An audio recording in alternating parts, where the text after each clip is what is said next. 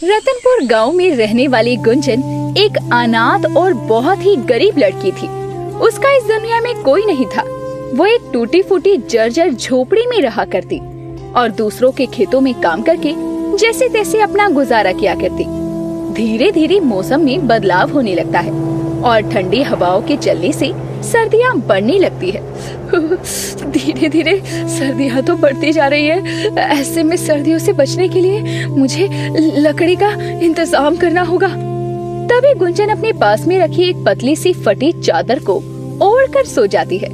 अगली सुबह वो गांव में लकड़ियों की तलाश में निकल जाती है, लेकिन मैदानी इलाके में होने के कारण रतनपुर गांव के आसपास कोई जंगल नहीं था, जिसके कारण गुंजन को लकड़ियां मिलने में बहुत परेशानी होती है। तभी उसकी नजर आसपास के पेड़ों पर जाती है और पेड़ों की टहनियों को तोड़ने के लिए वो पेड़ पर चढ़ने की भी कोशिश करती है। तभी वहाँ से पानी लेकर जा रही मालती उसे टोकती है। ए लड़की, ये क्या बच्चों की तरह उछल कूद कर रही है? काकी, मैं इस पेड़ की टहनियाँ तोड़ने की कोशिश कर रही हूँ। रात के समय आग जलाने के काम आएगी। अरे हाँ, तो लकड़ियाँ खरीद क्यों नहीं लेती? अरे इतना ऊंचा पेड़ है, कितना भी उछल लेगी तो तू लकड़ियों को तोड़ नहीं पाएगी। काकी, मुझ गरीब के पास 2 वक्त के खाने के पैसे नहीं होते, तो लकड़ियाँ खरीदने के पैसे कहाँ से लाऊंगी? क्या आप मुझे कुछ पैसे उधार दे सकती हैं? अरे रे, तुझे तो जरा सलाह क्या दे दी? तू तो मुझसे ही पैसे मांगने बैठी। तू गरीब है तो मैं कोई सेठानी नहीं हूँ। मैं भी इस गांव की रहने वाली गरीब ही हूँ। मालती की बात सुनकर गुंजन फिर से उछलती है, लेकिन जमीन पर आते ही उसका पैर मुड़ता है और वो गिरने से बचने के लिए मालती का हाथ पकड़ती है, लेकिन अपने साथ साथ वो मालती को लेकर जमीन पर गिर पड़ती है, जिससे मालती का पानी का मटका भी गिरता है और दोनों गीली हो जाती हैं। जैसे तैसे दोनों खड़ी होती हैं। आए हाय, सत्यानाश हो तेरा। ठंड में मुझे गीला कर दिया, ऊपर से मेरे मटकों को तोड़कर भी नुकसान किया। मैंने जानबूझकर नहीं किया काकी, वो मैं गलती से गिरी और गीली हो गई और आपको भी गिरा दिया। अरे तो क्या मेरी गलती के कारण हुआ है? मेरी हिम्मत मारी गई थी जो मैं यहाँ रुक गई। चल हट, अनाथ कहीं की। मालती गुंजन को धक्का देते हुए वहाँ से चली जाती है। जमीन पर गिरने के कारण गुंजन के हाथ और पाँव में खरोंच आ जाती है। बेचारी आँखों में आंसू लिए खेत में काम करने चली जाती है और वहाँ काम करने लगती है। रात के समय वो थकी हारी ठिठुरती हुई घर आती है और अपने हाथ पैर की चोट पर हल्दी का लेप लगाती है। रात होने के कारण ठंड बहुत बढ़ जाती है। आज मुझे कहीं से भी लकड़ियाँ नहीं मिली। अगर मिल जाती तो आग जलाकर ठंड से राहत तो मिलती। पता नहीं कब तक इस ठंड में मुझे ऐसे ही ठिठुरना पड़ेगा। बढ़ती रात के साथ ठंडी हवाएं तेज हो रही थी, जिसके कारण गुंजन कांपने लगती है। कुछ देर में उसके दरवाजे पर दस्तक होती है। अरे, इस समय दरवाजे पर कौन आ सकता है? लगता है जाकर देखना ही पड़ेगा। गुंजन जाकर दरवाजा खोलती है। वो देखती है कि एक बुढ़िया ठंड में ठिठुरती हुई उसके दरवाजे पर खड़ी होती है। अम्मा, आप कौन हो और इतनी रात गए बिना कंबल चादर के ठंड में घूम क्यों रही हो? बेटी, मैं दूसरे गांव जा रही थी, लेकिन अंधेरे के कारण रास्ता भटक गई हूँ और ठंड भी बहुत लग रही है। मेरी मदद कर दो बेटी। आज रात के लिए मुझे अपने घर ठहरने की जगह दे दो। सुबह होते ही चली जाऊंगी। ठंड से बिना कंबल चादर के कांपती हुई बुढ़िया को देखकर गुंजन को उस पर दया आ जाती है और वो अपने मन ही मन कहती है, पता नहीं कैसे होंगे इनके घर वाले जो इन्हें इतनी सर्द रात में अकेले बाहर जाने दिया। मुझे इनकी मदद करनी चाहिए। ठीक है अम्मा, तुम आज रात मेरे घर पर रुक सकती हो। बहुत बहुत धन्यवाद बेटी, भगवान तुम्हारा भला करे। गुंजन उस बुढ़िया को घर के अंदर लेकर आती है। वो बुढ़िया इसके बाद गुंजन का पतला सा चादर जैसा कंबल ओढ़कर सो जाती है। कुछ ही देर में गुंजन को भी नींद आ जाती है। सुबह पक्षियों के चहचहाने से गुंजन की नींद खुलती है, तो गुंजन उस बुढ़िया को उठाने के लिए उस कंबल को हटाती है और हैरान रह जाती है, क्योंकि वहाँ कंबल तो था लेकिन बुढ़िया नहीं थी। अरे, वो अम्मा कहाँ गई और ऐसे अचानक वो कहाँ जा सकती है? कहीं वो चली तो नहीं गई? मैंने तो उन्हें खाने के लिए भी नहीं पूछा। उन्हें भूख भी तो लगी होगी ना? वैसे भूख तो मुझे भी लगी है। रात को भी मैंने कुछ नहीं खाया था। अगर मैं अनाथ नहीं होती तो मेरे उठते ही कोई मेरे लिए खाना लेकर आ जाता। गुंजन ने इतना कहा था कि तभी जिस कंबल को उसने हाथ में पकड़ा था उस कंबल से एक हल्की सी चमक निकलती।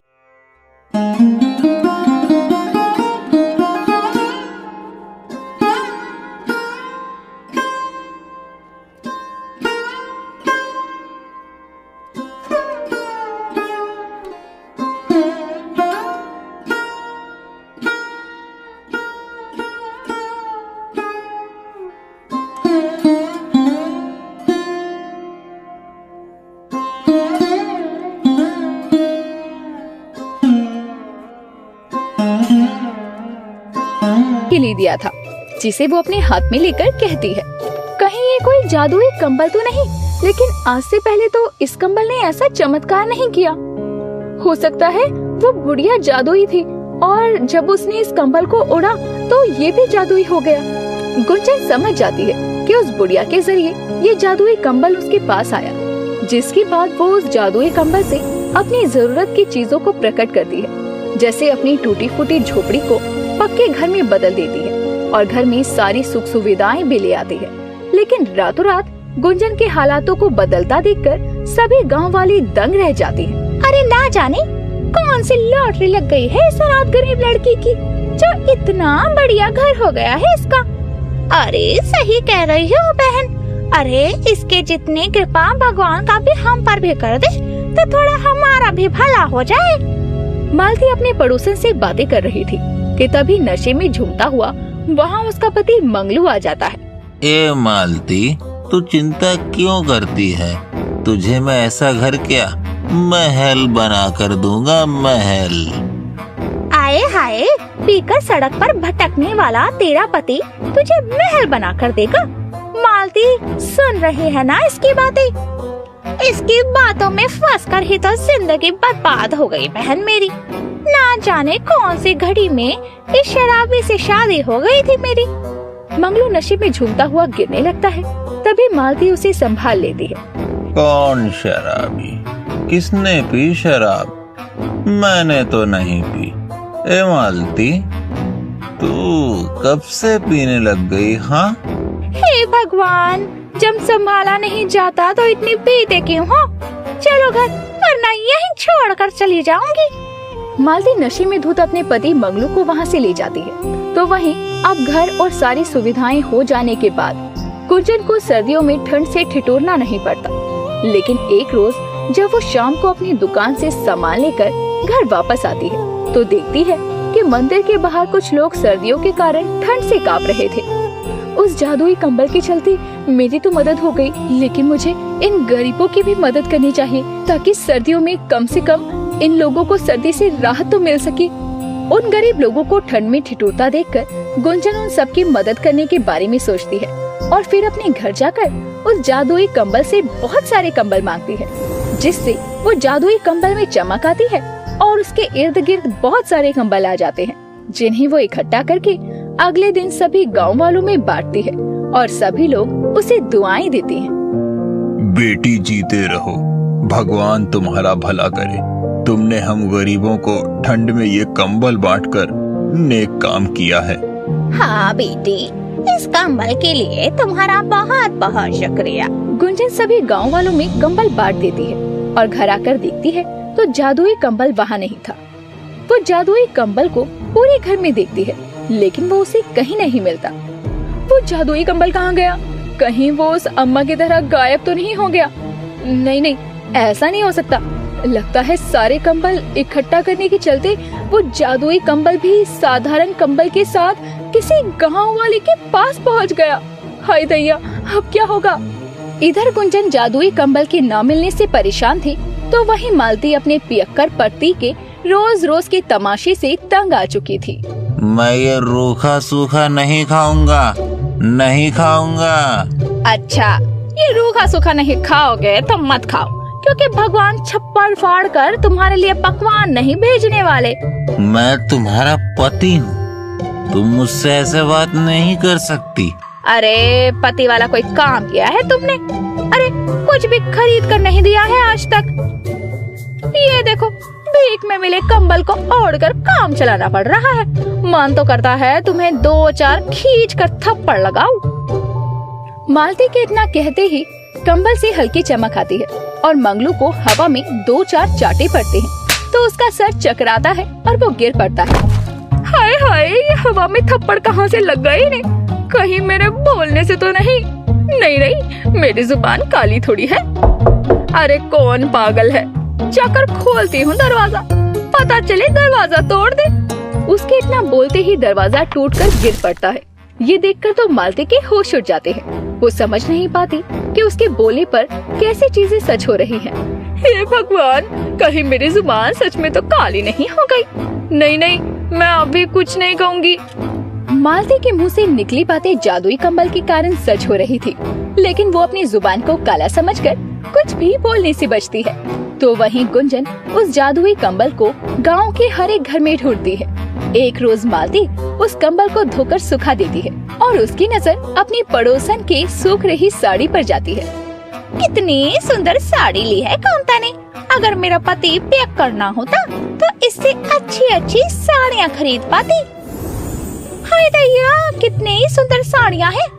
इस बार तो मुंह से निकली अच्छी बात भी सच हो गई। यानी सच में कोई तो जादू हुआ है मेरी जुबान पर। मालती इसे अपनी जुबान का कमाल समझकर साड़ी को लेकर खुशी खुशी घर चली जाती है। तो ये सब कुछ वहाँ से गुजर रही गुंजन देख लेती है और वो जादुई कंबल की चमक को देखकर उसे पहचान जाती है और फिर उस कंबल को लेकर घर लौट आती है।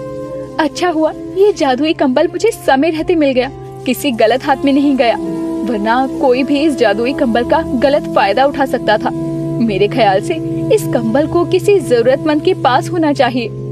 गुंजन को वो जादुई कंबल वापस मिल जाता है, जिसका इस्तेमाल वो लोगों की मदद के लिए किया करती। एक रात फिर से उसके दरवाजे पर दस्तक होती है। गुंजन दरवाजा खोलती है तो बाहर वही बुढ़िया खड़ी हुई थी। अम्मा, आप आइए ना, अंदर आइए। आप कहाँ गायब हो गई थी? मैं आपको शुक्रिया भी नहीं कह पाई। बेटी, क्या तुम आज रात मुझे अपने घर में ठहरने दोगी? हाँ अम्मा, क्यों नहीं। बेटी, तुम दिल की बहुत अच्छी हो। मैंने सुना है कि तुमने अपने साथ साथ गांव के लोगों की भी मदद की है। दुनिया में लोग बस अपना भला और फायदा सोचते हैं, लेकिन तुमने दूसरों के बारे में सोचा, इसीलिए तुम्हारे साथ कभी कुछ गलत नहीं हो सकता। आप भूखी होंगी, रुकिए मैं आपके लिए कुछ खाने को लाती हूँ। गुंजन उस बुढ़िया को खाना खिलाती है और फिर बुढ़िया वही जादुई कंबल ओढ़कर सो जाती है। अगले दिन जब गुंजन उठती है तो पहले की तरह बुढ़िया गायब होती है, लेकिन इस बार वो जादुई कंबल भी बुढ़िया के साथ गायब हो जाता है। लेकिन गुंजन ये सब सोचकर खुश थी कि आज उसके पास जरूरत का सारा सामान उपलब्ध था और उसने गांव वालों की मदद भी की थी। भोलू अपनी पत्नी बसंती के साथ अपना गुजर बसर कर रहा था। भोलू और बसंती अपनी खेतों में हरी सब्जियां लगाया करते थे, जिससे कि उनका खर्चा निकल ही जाया करता था।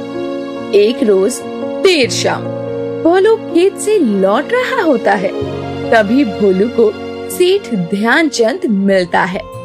अरे भोलू, क्या हाल है? आजकल तू अपनी सब्जियों की खेती के लिए बहुत मेहनत कर रहा है। हाँ सेठ जी, अब क्या करूं? अब मेहनत नहीं करूंगा तो एक वक्त की रोटी के लिए भी आफत आ जाएगी। आप तो जानते ही हैं।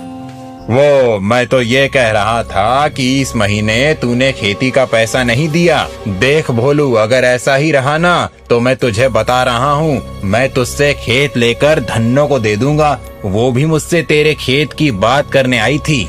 कौन? वो जग्गू की बीबी? वो क्या करेगी खेत में? अपनी सुंदरता को धन्नो गिराएगी क्या खेत में? उसे अब बता देना, खेती सुंदरता नहीं मेहनत देखती है।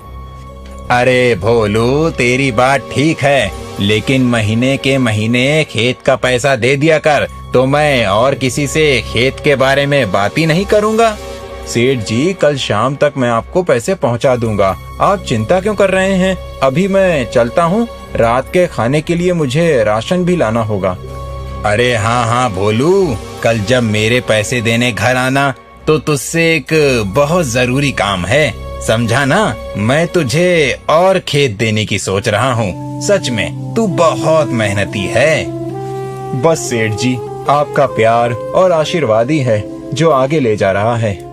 सेठ इतना बोलकर अपनी साइकिल लिए खेत के लिए निकल पड़ता है और रास्ते में साइकिल से अपने घर जाते हुए खुद से कहता हुआ घर की तरफ जा रहा होता है। कल इसे जैसे भी मैं वो गुफा के पास वाला खेत दे दूंगा। भले ही इसके कम पैसे आए, लेकिन उस खेत को पूरे गांव में अगर कोई ले सकता है तो वो है ये मूर्ख भोलू। सेठ जिस खेत की बात कर रहा होता है, दरअसल उस खेत के पास एक गुफा थी जिसे सब भूतिया गुफा कहा करते थे।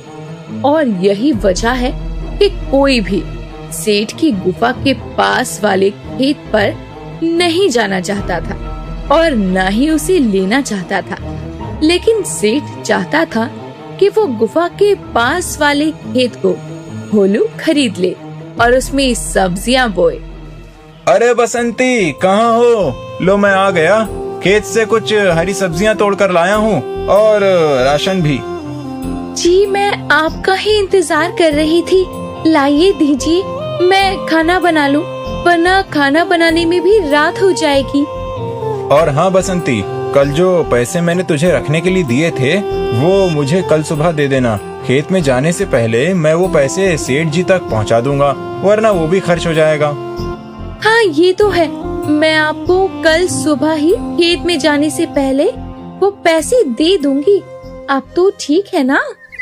अब अगले रोज सुबह भोलू खेतों के लिए निकलने से पहले अपनी पत्नी बसंती से पैसा लेता हुआ सेठ के पास पहुंचता है और सेठ भी खाना खाने में लगा हुआ था। अरे सेठ जी, अभी तो आप खाना ही खा रहे हैं, थोड़ी देर के बाद आता हूँ मैं। अरे नहीं नहीं भोलू, खाना तो होता ही रहेगा, लेकिन तेरा काम बहुत जरूरी है। अच्छा, ऐसा क्या काम है सेठ जी मुझसे? कहीं मुझसे कोई गलती तो नहीं हो गई? अरे सेठ जी, अब से मैं पैसे समय पर ही दूंगा। अब तो खुश ना? अरे नहीं नहीं भोलू, तुझसे भला कोई गलती हो सकती है क्या? तुम तो जितने ईमानदार हो उतने ही मेहनती भी। जी सेठ जी, आप खाना खाइए, मैं आपका इंतजार कर लेता हूँ। कुछ समय के बाद ही सेठ खाने के बाद भोलू को अपने पास बुलाता है और भोलू कहता है, अरे मालिक, घर से खा पी कर आया हूँ, आप ये पैसे ले लीजिए, यही आपको देने आया हूँ। अब मैं चलता हूँ सेठ जी, मुझे खेतों में जाने में लेट हो रहा है। अरे भोलू, मुझे तुझसे बहुत जरूरी काम है, बैठो 2 मिनट, चले जाना खेत में। हाँ हाँ सेठ जी, बताइए ना, आपको मुझसे कोई जरूरी काम है क्या? अरे नहीं नहीं, जरूरी काम तो नहीं है, लेकिन मैं सोच रहा था कि जब तू इतनी मेहनत करता ही है तो थोड़ी सी मेहनत और करके अपनी झोपड़ी को महल बना ले। सेठ जी, मैं कुछ समझा नहीं, आप कहना क्या चाहते हैं? मैं तुम्हें गुफा के पास वाली खेती दे रहा हूँ, जिसे मैंने काफी समय से किसी को नहीं दिया, और तुम जानते हो उसमें फसल अच्छी होती है। लेकिन सेठ जी, मैंने तो वहाँ के बारे में बहुत कुछ सुना है। मुझे तो गुफा के पास जाने में भी डर लगता है, लोगों की बात सुनकर। भोलू, मैं तो एक तुझे ही पूरे गांव में बहादुर समझता था, लेकिन तुझसे ये उम्मीद नहीं की थी मैंने। ठीक है सेठ जी, आपको लगता है मैं उस खेत में अच्छी फसल उगा लूंगा, तो मैं तैयार हूँ आपके खेत को लेने के लिए, लेकिन मैं उसके कम पैसे दूंगा, बाकी आपकी मर्जी। तू जितने पैसे देगा मैं खुशी खुशी रख लूंगा, तो मैं समझू ना कि अपनी डील पक्की। बस आप अगले महीने का इंतजार कीजिएगा सेठ जी। हाँ हाँ, चल अब जा, तुझे भी खेत के लिए लेट हो रहा होगा। अब जैसे ही भोलू उस खेत में हल चलवाता है, ये खबर आग की तरह फैल जाती है कि भोलू ने गुफा के पास वाली भूतिया जमीन को खरीद लिया है। ये सुनकर हर कोई हैरान था। एक रोज भोलू खेत में काम कर रहा था, तभी जग्गू और धन्नू अपने खेत में जा रहे होते हैं और भोलू को देखकर कहते हैं, अरे ओ भाई साहब, ये क्या सुन रहे हैं हम? गुफा के पास वाली जमीन को खेती के लिए लिया है क्या आपने? लेकिन वो तो भूतिया चुड़ैल राक्षस तक की है, उमे आप काहे घुस रहे हैं? अरे धन्नो भाभी, कभी डर लगेगा तो आपको बुला लूंगा, आप चिंता क्यों करती हो? अरे ना ना ना दैया रे दैया, मैं कहा मेरा तो साया भी उस गुफा के पास ना जाए। सुना है वो गुफा रहस्य से भरा हुआ है, उसमें खजाना भी है भोलू भैया। अरे सुना तो हमने भी यही है कि उस गुफा में ढेर सारा खजाना है, लेकिन आज तक उस मुई गुफा में जो भी गया है ना, वो वापस लौट कर नहीं आया है। और वैसे भी बांस से तो ढकी हुई गुफा है, वो कौन ही जाएगा उसमें? वैसे खजाने के अलावा कुछ खाने पीने की भी चीज मिलती है क्या? अगर ऐसा हुआ तो मैं तो उस गुफा में जाने के लिए तैयार हूँ। अरे ना ना, हमको भरी जवानी में विधवा ना ही होना है। धन्नो और जग्गू तो वहाँ से खेत की तरफ चले जाते हैं, लेकिन खाने से जग्गू के मन में लालच आने लगता है और वो अपनी पत्नी को खेत में काम करते छोड़कर गुफा की तरफ बढ़ने लगता है। अरे ओ जी, कहाँ को हो लिए? आपको कितनी बार मना किया है, आप भूत या गुफा की तरफ ना ही देखो, वही अच्छा रहेगा। वरना तो कभी कभी हमको लगता है कि वो गुफा हमको भी बुला रहा है। अरे कहाँ जा रहे हैं जी खाने के लालच में उस गुफा में? अरे उमे राक्षस रहता है, राक्षस। आज तो ये आदमी हमको विधवा करके ही मानेगा। अरे सुनिए तो बहरे भटके औलाद, इनकी ये खाने की आदत किसी दिन मुझे जरूर मरवा देगी। जग्गू धन्नो की एक भी बात नहीं सुनता और गुफा की तरफ बढ़ता चला जाता है और आखिरकार जग्गू गुफा में प्रवेश कर ही जाता है। अरे सत्यानाश हो इनका, अब तो मैं पक्का विधवा हो जाऊंगी। अरे भोलू भाई साहब, मेरे पति को बचाइए ना, उस मुई गुफा में चले गए। क्या सच में जग्गू उस गुफा में गया है? रुको, मैं उसे अभी लेकर आता हूँ। अब जैसे ही भोलू उस गुफा में जाता है, वो देखता है चारों तरफ सोने चांदी हीरे भरे हुए थे, लेकिन उन पर सांप बैठा हुआ था।